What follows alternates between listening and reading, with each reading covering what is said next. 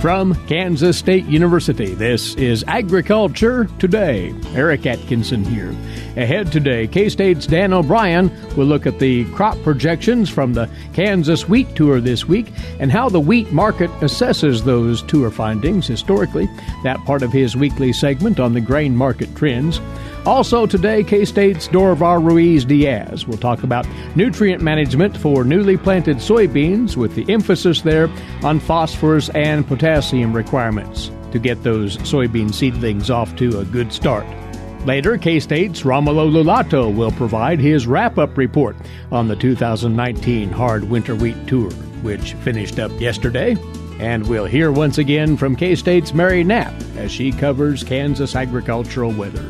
That's our lineup on this Agriculture Today. Agricultural producers, landowners, and creditors, you have a partner in your legal and financial needs. Kansas Agricultural Mediation Services offers reliable, trusted information and guidance. Whether you need advice for ag credit concerns or are transitioning your operation to the next owner, Kansas Agricultural Mediation Services can assist you in making sound decisions for your business. To learn more, call 800-321-3276 or visit us online.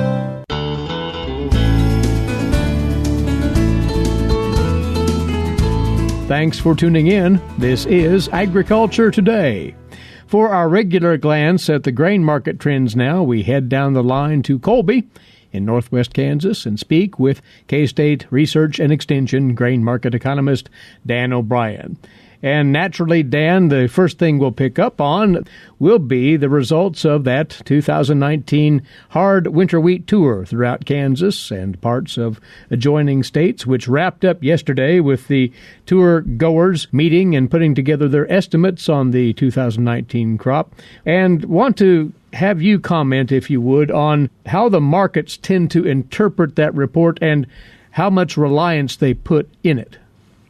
Well, I think probably the best evidence is what we saw yesterday in the futures. Again, came out with a number that was 306.5 million bushels, yields pretty healthy, 47.2 bushels per acre.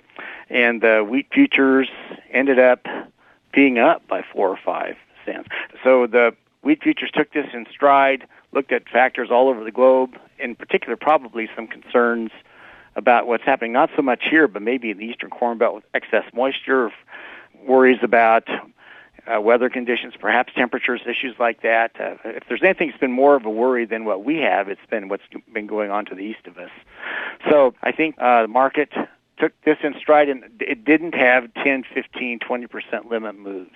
It basically took it in hand as good information, not something that really shook the market up in any major way or caused a significant change in the supply-demand expectations for the market going forward in terms of hard red winter wheat in these central and southern plains states. Now, Dan, you have comparisons of how these wheat tour results tend to match up with what the USDA eventually comes up with in a final winter wheat production number for Kansas. Yes, if we look back at the period of 2000 through 2014, and we're trying to figure if there was a discernible trend on whether the production numbers from the Kansas Wheat Tour were above or below the final number that occurred coming out of harvest in July in these same states, we'd be hard-pressed to see a discernible trend. If anything, when you were looking at some of the droughty, tougher years from 2004 through 2007, the USDA final production numbers were consistently for about 5-6 years in a row, a lot lower than the wheat yields projected out of this wheat tour. Then you went through a period of about 2010 or 11 through about 14 where they were almost dead on.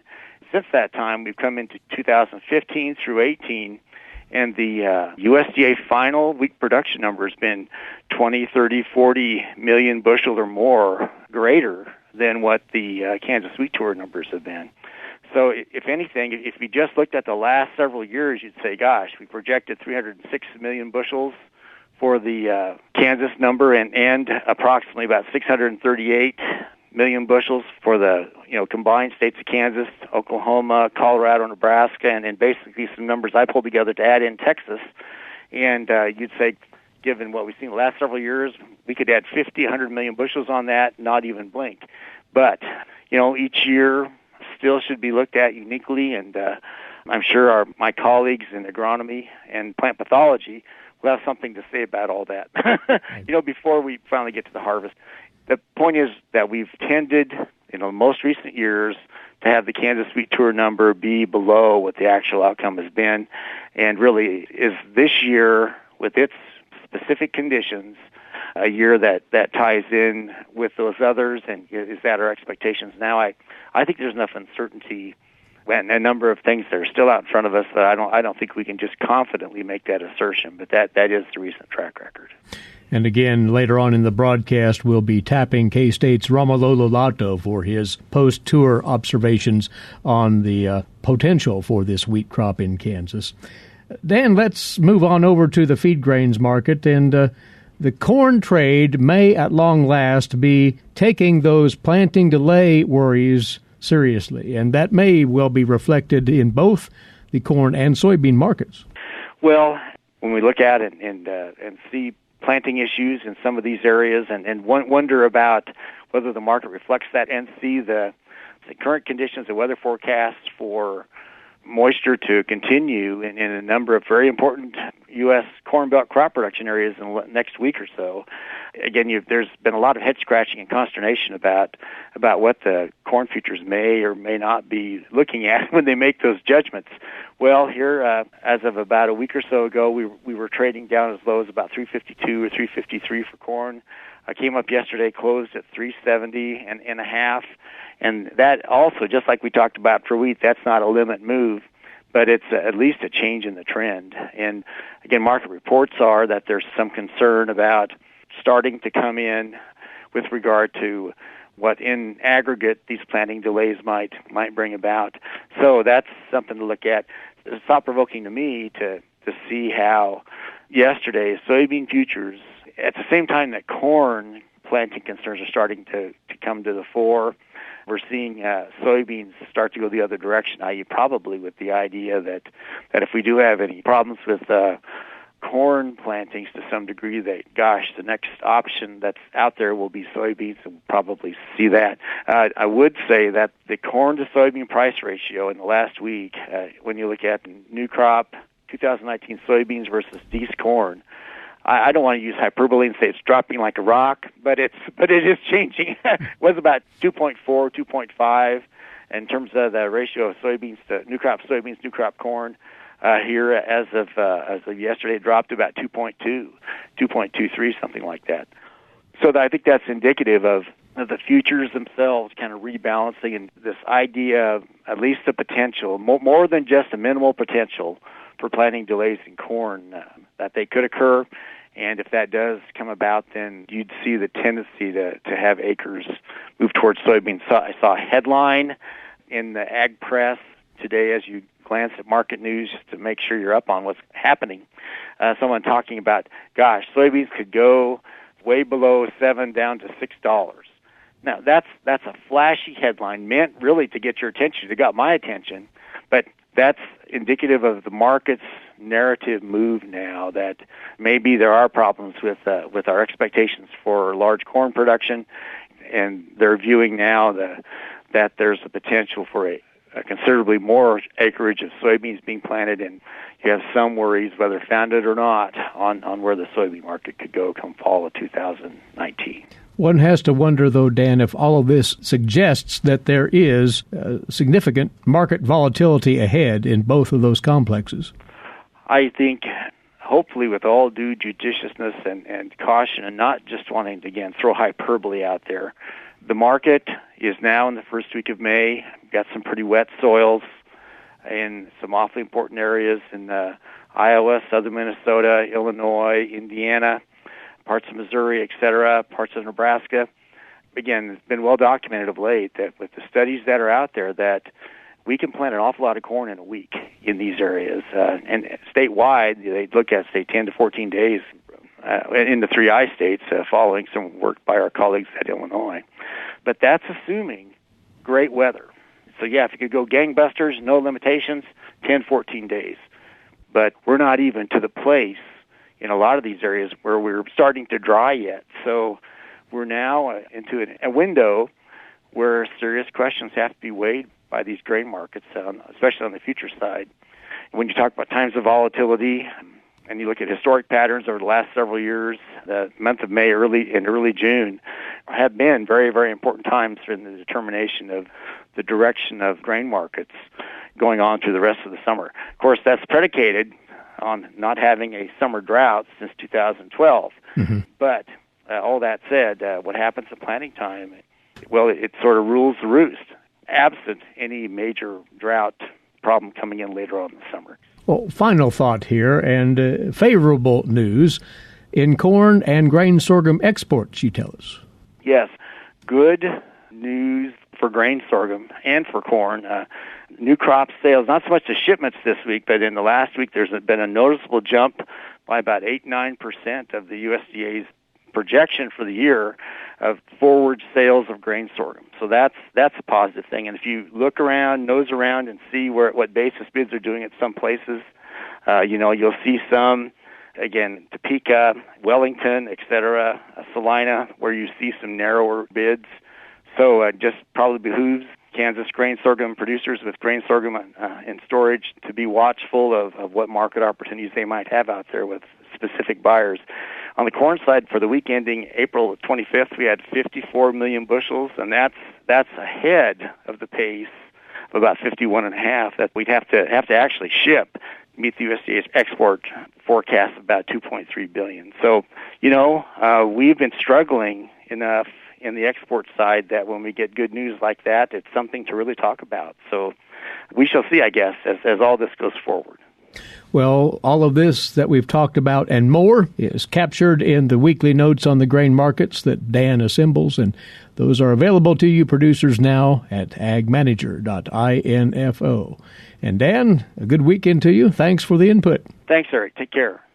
Our weekly get-together with Dan O'Brien, grain market economist, K-State Research and Extension. Agriculture Today returns shortly with more. Hamburgers, roast, ribs, steak, or whatever you prefer. Beef, it's what's for dinner. Kansas cattle farmers produce 7.5 million head of cattle per year. It takes about 7 tablespoons of peanut butter to get the same amount of protein in 1 serving of lean beef. Support your local Kansas farmers and ranchers. Eat beef. This message was brought to you by the K-State Animal Sciences Leadership Academy participants. You're tuned into Agriculture Today, and next up for you, input on nutrient management for that new soybean stand out there. As you producers are soon to really get after your soybean planting, we've invited back by nutrient management specialist, K-State Research and Extension, Dorivar Ruiz-Diaz. And Dorivar, soybeans are a little different than our other row crops in that they are legumes, so they fix their own nitrogen. That's not the primary necessity here with soybeans, right? That's right, Eric. Of course, soybean can basically fix most of the nitrogen that it needs and also actually get nitrogen from the soil. So it's typically not something that will focus on nutrient management for soybean. Of course, the key here is that we have to keep in mind and still take care of inoculation, make sure that nodulation process is the best possible for soybean, because again, it's going to use a lot of nitrogen, and if the nodulation process is not working well, then we can have a nitrogen deficiency actually in soybeans in many cases. So that's something to keep in mind. What can a producer do to absolutely assure that inoculation has taken place sufficiently, Dorivar?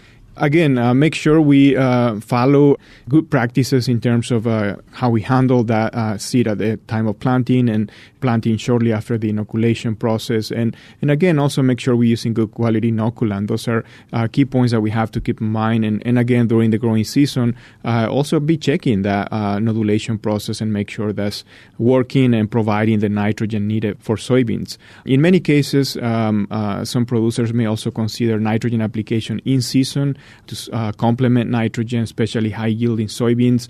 data from research at K-State shows that yield response to nitrogen applications is very variable. In some years, you may see small increases, but more often we won't see any yield benefit from nitrogen application. So again, really focus there needs to be on nodulation, inoculation of that soybean at planting time. But the emphasis is, again, on other nutrient needs, and primarily those are phosphorus and potassium. Both are key to soybean production. Absolutely. And if we think about soybeans, per bushel of soybean, we are removing significant amounts of P and K. In the case of phosphorus, we are removing an average of about 0.8 pounds of P2O5 per every bushel of soybeans. So again, if we're thinking about high-yielding soybeans, that's going to take a lot of phosphorus from the soil. And in the case of potassium, we are removing about 1.4 pounds of K2O per bushel of soybean. So again, if we're thinking especially high-yielding environments, we are removing significant amounts of P and K. Now, one thing that's interesting about soybean and it's always the aspect of efficiency in terms of using residual P and K in many situations. If we're doing good fertilizer management for the previous crop and putting additional P and K, soybean can take advantage of that. And that's something also that is a big benefit in the case of nutrient management for soybeans. However, if we are looking at load testing situations for both P and K, we really need to supply those nutrients for soybeans. And again, soybean is going to show significant yield responses and economical yield responses to phosphorus and potassium application. So in the case of those two nutrients, we really need to be looking at soil test levels, make sure we are meeting the requirements. And again, if we are in a situation where we have load testing P and K, certainly we need to be considering application. Again, no question about optimum yield responses to these nutrients in soybeans. So in the case of phosphorus and potassium, apply as a starter fertilizer or as a post-emergence application, or does it matter? In the case of these two nutrients, of course, we want to apply pre-plant or at planting time using starter fertilizers to really get the most benefit. Again, remember, these nutrients are immobile nutrients, so post-planting, we may not get the full benefit of these nutrients. So again, if we don't have a chance to apply before planting, apply with the starter fertilizer is an excellent opportunity to supply these nutrients. Of course, in this case, we have to keep in mind that soybean is a very sensitive seed to potential damage from fertilizer. So if we're going to do starter fertilizers, we really need to be doing 2x2 type application or dribble on the surface, away where we are not going to have any contact of that fertilizer with the seed. That would be the ideal situation. Again, in load testing situations, we can see significant yield responses to especially phosphorus with the starter fertilizer. But again, keep in mind that contact with the seed could be an issue because we are talking about a very sensitive seed here. So we want to keep that fertilizer away from the seed as much as possible. Well, no doubt phosphorus, potassium, P and K are difference makers here. Other nutrients that we sometimes don't think about. One of those, and this seems to be gaining more attention, Dorivar, sulfur, and how that relates to soybean productivity. Yes, that's a very good point. We're starting to see more and more sulfur deficiency, especially in wheat and corn and in sorghum. In the case of soybean, here in Kansas, we haven't seen deficiency symptoms or yield responses to sulfur application. However, soybean is a big user of sulfur. And so if we're thinking about the rotation, if we are not supplying sulfur to the soybean, more likely the following crop will tend to suffer. And that's what we are seeing in many of our rotations. So again, we have to also supply that sulfur for soybeans. Again, in terms of yield response, has not been very consistent yet in Kansas. However, again, if we're not supplying enough sulfur, more likely the following crop will tend to suffer. So the point here is stay on top of your sulfur levels for your entire rotation's sake. Absolutely. Think about that, especially for the most sensitive crops, which, again, if we're doing, for example, double crop wheat after soybeans, in that situation, very often that following wheat crop may suffer of sulfur deficiency if we're not supplying to the soybeans. In some parts of Kansas, you note in the latest E-Update article on this topic that iron deficiency may be an issue to contend with. Yes, and this is a situation, again, as we have more soybean perhaps moving to western Kansas, higher pH situations, we start to see some of these micronutrient deficiency, specifically iron chlorosis is the most common one. And there are many considerations there. In the case of iron chlorosis, it's a little bit more complex. It's not just the deficiency of that nutrient in particular, but sometimes also the combination of stress that may be affecting uptake of that iron from the soil. And so we do have an interaction and several factors to keep in mind here. This is something that happens in high pH situations, maybe calcium carbonate in the soil. So those are factors that are going to contribute to iron chlorosis. There are significant differences in terms of variety in response to iron high pH and iron chlorosis. So the first step typically still be, if we know we're going to be putting soybean in a high pH situation, high pH soils, we really need to be looking at more tolerant varieties and start with that, basically. In some situations, some very, very high pH situations, we also see significant yield benefits from applications of chelated iron fertilizers. And so that's another management that we can consider to deal with this deficiency. In this case, because of the high pH soils, we typically will want to have that fertilizer in contact with the seed. And this is different. We're talking about a chelate fertilizer.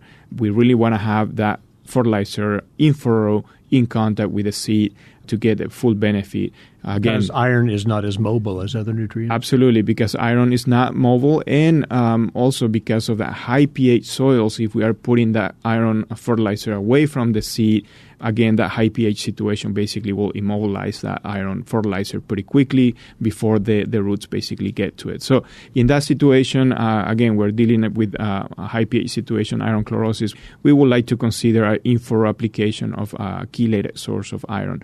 Again, very good results. We have a lot of data from Kansas looking at applications and options for iron chlorosis, and again, combination of variety selection as a first step, and maybe follow that with a in-furrow chelated iron fertilizer typically shows some really good results in high pH soils. One last point on this, though. You note that those foliar-applied iron treatments may not pay off regularly for soybean yields. Yes, that's a very good point.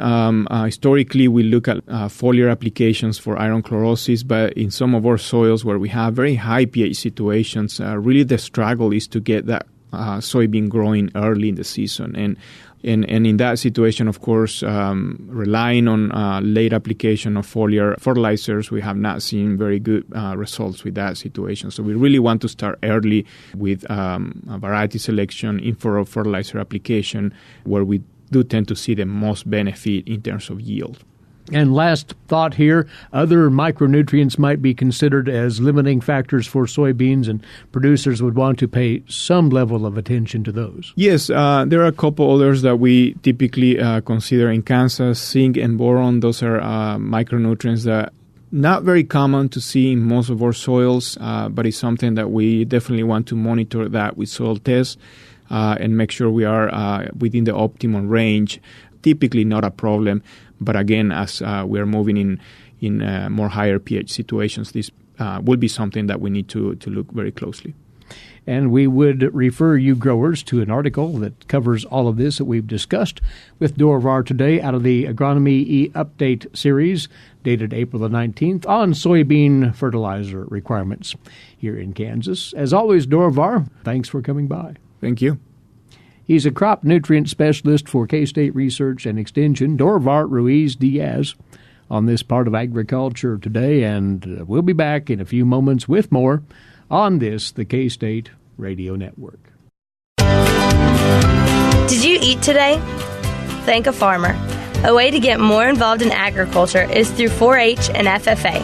Through 4-H and FFA, we have been given multiple opportunities to grow as leaders and learn more about agriculture. You can learn skills related to jobs, public speaking skills, and you get the opportunity to travel around the country and meet new people. If you want more information about getting more involved in 4-H and FFA, visit them on their websites at kansasffa.org and kansas4h.org. You're listening to Agriculture Today. Glad to have you back. Eric Atkinson here. And we tie off now our coverage of the 2019 Hard Winter Wheat Tour throughout Kansas and parts of adjoining states, which came to a conclusion yesterday around midday. Our guest has been on the tour, as you know, and he's going to pass along some last thoughts on his wheat tour observations. Romulo Lollato is a wheat production specialist, K-State Research and Extension. First, Romulo, quickly recapping the final numbers from the tour after everybody compared notes and discussed it. All the estimates were put in and averaged 47 bushels per acre and 306.5 million bushels, the production figure given the acreage out there. So how would you characterize this crop then? Hi, Eric. Yes, thanks for having me here today again. And I think these numbers that came out of the tour were actually a very good estimate of what I was feeling. It seems like the formulas that we were using from the USDA this year was spot on as compared to our gut feeling of what each one of those fields would yield. So I think as a snapshot of the crop right now, I think it's definitely a number that everybody kind of felt comfortable with. Now, it's important to say that from here on, many things can happen, right, that can decrease that number. So I think that's a snapshot on where we can be if conditions are near perfect. If they're not, it can go down from there depending on what conditions happen in May and June. And rarely are they perfect, but the next 3 weeks are going to obviously, Romulo, be telling on how this crop finishes. Yes, so far we are in a situation where the crop, we were estimating it to be anywhere from 2 to 4 weeks behind in development. So just as a quick comparison here, if we're doing the exact same route in 2016, fields that were at boot stage then were at the first or second node today. Or fields that were early grain filling then were perhaps at the boot stage now. So again, 2 to 4 weeks behind where the crop is typically at during this stage. That's why the next few weeks are going to be crucial because we're behind. And so if conditions are of temperature are normal or above normal, that means that our grain filling is going to go through heat stress. Now, the forecast actually is favorable. It's below normal temperatures and above average precipitation, which for the most part can be quite helpful and perhaps help us reach those 47 bushels per acre that were forecasted. It is important to highlight that forecast is considering more or less a close to a 7% area abandonment, right? And so the acres that are worst would not have been harvested in order to reach those 47 bushels per acre. Because I guess as we have visited several times this season already, what we confirmed during this quality tour is that we do have two crops out there. Right. The crops that were like in central Kansas or south central or north central Kansas planted like into November, and those were typically after soybeans or even just because of all the rainfall that we got in October. The yield potential on those fields is very limited. It's like perhaps 15, 20 bushels per acre. The other part of the crop that got planted early, it's actually looking very, very good. It has a very good yield potential. We were estimating anywhere from many fields that were looking at 60 or even 70 bushels per acre potential there on those late planted fields. So again, confirming that we have a very, very strong effect of planting date in the crop this year because of all that October rainfall that we had and also because of how cool temperatures were during the fall, winter, and even into spring. One other factor that we have not yet addressed in your reports this week, because of more rain, saturated soils, are there concerns at all about waterlogged wheat stands? That's an excellent question. And in a few of the fields that we went into, especially in the last day of the tour, that were Marion and Dickinson County, so kind of the eastern part of the wheat growing region of central Kansas there were several fields that the moisture status were just excessive. Very, very soggy conditions, so just excessive moisture. And the wheat doesn't really like that. We typically say that wheat doesn't like wet feet. It is a plant that is very susceptible to waterlogging conditions or to lack of oxygen, right? Anaerobic conditions. Under those conditions, we can see, and it's very common in a year like whenever we have the amount of moisture that we have, that in the lower parts of the field that are not as well drained, we typically see the plants really just a premature maturity of those plants. So they turn white when the rest of the field is still nice and golden colored. And those white plants that just prematurely died, their grains are going to be, the kernels, very, very small and shriveled and really affect not only yield, but also the milling quality of that crop as well. Not much that we can do about that problem of waterlogged soils, but something to be on the lookout, right? If your fields start showing a large amount of waterlogging now, it's a very good indication that perhaps it might not be worth to spray a foliar fungicide, even if you're finding leaf or stripe rust. So that's another consideration that producers need to have.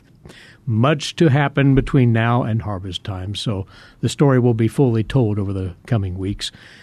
Romulo, we appreciate the summary and the reports all week, and thanks for coming by and pulling it all together for us today. Thank you very much, Eric. And we have several photos of that as well, especially they're all on social media. You're welcome to check them out on @KSUWheat, either on Facebook or Twitter. So again, that's @KSUWheat. And also check out our report on the Agronomy e-update about the wheat quality tour. That's Romulo Lollato, a wheat production specialist, K-State Research and Extension, with his summary thoughts on what they observed on the 2019 Hard Winter Wheat Tour throughout Kansas this past week. And with more tour notes now, on this week's Kansas Wheat Scoop, here's Jordan Hildebrand. Jordan? This year's tour hosted 75 participants from 3 countries and 25 states in 20 vehicles while traveling across the state. Many tour participants had never stepped foot in a wheat field before. These are the millers, bakers, food processors, and traders who buy the wheat that Kansas farmers grow. Farmers were also in attendance, so customers were able to interact with the men and women who produce the product that they purchase. The official tour projection for total production of wheat to be harvested in Kansas is 306.5 million bushels. This number is calculated based on the average of estimated predictions from tour participants who gathered information from the 469 fields across the state. In addition, scouts from Nebraska and Colorado met the group in Colby, Kansas to give reports from their states. The estimate for the Nebraska wheat crop is 47.4 million bushels, down from 49.5 million bushels last year. The estimated yield average is 44 bushels per acre. In Colorado, the estimated yield was 46.5 bushels per acre. Production in Colorado is estimated at 97.2 million bushels, up from 70.5 million bushels last year. Oklahoma reported that the state's production is estimated at 119.27 million bushels, with 37.38 bushels per acre. Approximately 4.2 million acres were seeded last fall. For more information about what participants saw statewide, search #WheatTour19 on Twitter. For Kansas Wheat, I'm Jordan Hildebrand. Thanks, Jordan, and this is Agriculture Today. While many people know hunger is an issue in developing countries, it is also a problem in our own backyards. In 2010, 1 in 7 Kansans struggle to put adequate food on the table. 2 K-State Research and Extension programs are tackling this problem. The Family Nutrition Program and Expanded Food and Nutrition Education Program reach thousands of Kansans in more than 70 counties. They learn how to eat healthy with a low budget. For more information about these programs, visit ksre.ksu.edu. Now for you on Agriculture Today, our segment on Kansas agricultural weather for this week. And as part of that, we'll introduce a brand new informational tool that you cattle producers will be interested in. We'll explain in just a moment. But Mary Knapp joins us once more, climatologist with K-State Research and Extension, and with fresh in hand the summary on our weather during the month of April, Mary. And one thing you can say definitively, it was warmer than April of 18. Right, and it didn't take much to be warmer than April of 2018, since that was our coldest April on record. This year, April ended up being slightly warmer than average or normal. It was 1.4 degrees warmer than normal. It was also slightly drier than average. We ran in at 87% of normal. The statewide average was 2.33 inches. That was skewed heavily towards the west being dry while the east was wet. So the 3 western divisions ran less than half of normal for April. The 3 eastern divisions, the northeast was only 76% of normal. The east central and the southeast were much wetter than normal. They ran 128 and 141% of normal. It was welcome for most of the state as it allowed finally an opportunity to get into the fields and get some of the field activities done, including corn planting and that. Should note that with those dry conditions, we did have the first return of abnormally dry conditions that we've seen so far this year. A shade of drought, you could say. A shade of drought. The rains will pretty much wipe that off. But again, it was there. Very small area, basically where southwest and south central Kansas kind of join. Think of the panhandle of Finney County and eastward a couple of counties, and that's where that abnormally dry condition started to appear. They've had persistent lack of moisture in the last 30 to 60 days, and so that was where the deficits are showing as the strongest. But as you say, that is likely to disappear quickly with this past week's plentiful rainfall throughout a fair swath of Kansas. Right. The only areas that did not show with significant rainfall were the northwest and the southwest. The numbers don't include what occurred overnight and might be in today's reports. And basically, statewide, we ranged 185% of normal for the week ending yesterday. Averaged 1.65 inches of precip. The only divisions, as I noted, that didn't show wetter than normal were the northwest and the southwest. And again, they had some overnight rains. There were some reports in northwest Kansas of nearly a half an inch, which will make big inroads on that deficit in those areas. To add to that, you bring up this, which we haven't talked of yet this year, but it's a factor, and that is the evaporative rate out there. The moisture that's falling is sticking around because that rate is quite slow, you say.